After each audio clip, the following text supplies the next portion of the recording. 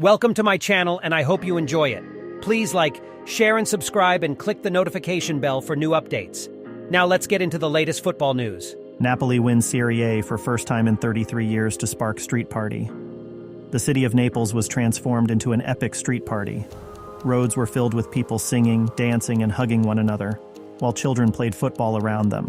People jumped in fountains in jubilation, while others waved huge Napoli flags as they darted about on their scooters.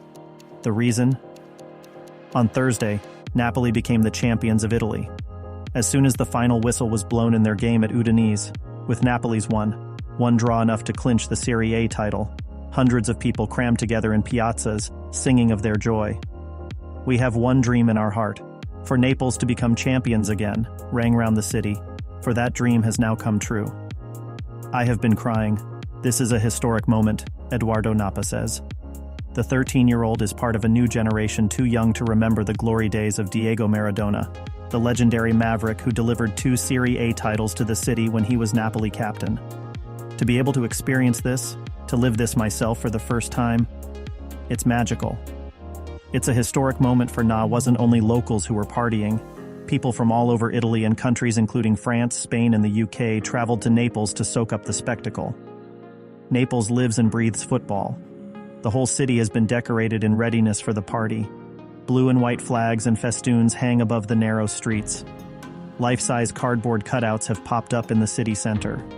There are cakes, pastries, drinks, ice creams dedicated to the players. "It feels like the world has stopped here," says Emilia Buffi, a university student who traveled from Rome to celebrate the victory. They last won the league in 1990 with a Diego Maradona-inspired side, adding to their first title 3 years earlier. Victor Osimhen smashed in a 52-minute equalizer after Sandy Lovric had given Udinese a shock lead. And Napoli held on to the point they needed to win their 3rd Serie A title with 5 games to spare. "Seeing Neapolitans happy is enough to give you a sense of that joy they are feeling," Napoli boss Luciano Spalletti told DAZN. "These people will look to this moment when life gets hard. They have every right to celebrate like this.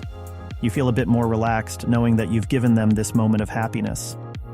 Manchester United's Champions League hopes suffered a setback as Brighton scored a dramatic 99th-minute penalty winner to keep their own European ambitions on track. Alexis Mac Allister converted deep into injury time to settle a Premier League thriller at Amex Stadium. United, in the 4th and final Champions League qualification spot, stay 4 points ahead of 5th-placed Liverpool, but now have only 1 game in hand.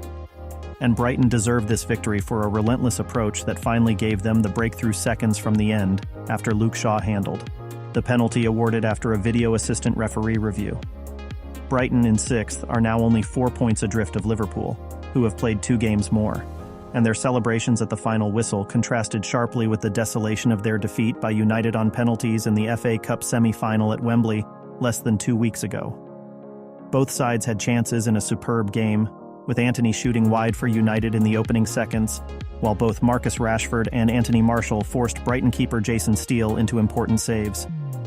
Brighton, fresh from the 6-0 thrashing of Wolves, played with the verve that has become their trademark.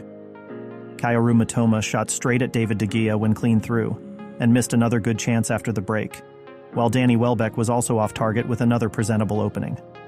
Seagulls turned up the pressure in stoppage time, De Gea saving superbly from Mac Allister and Pervis Etupinan before they finally made the breakthrough. Man United away day blues continue.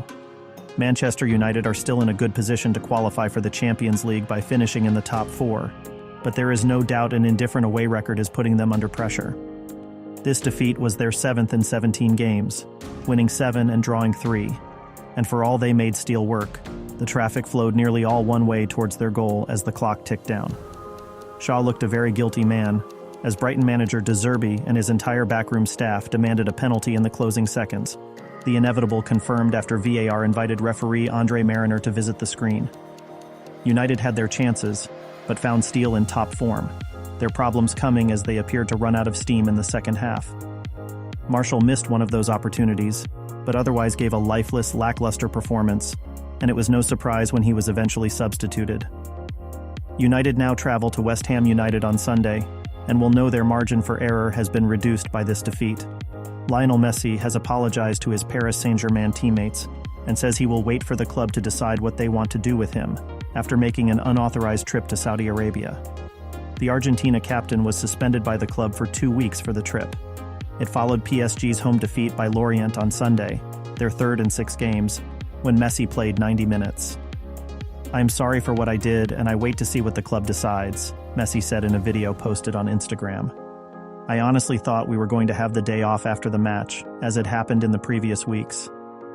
I had organized this trip to Saudi Arabia, having canceled it previously. This time I couldn't cancel it." Messi is set to leave PSG when his contract expires in the summer. Thanks for watching.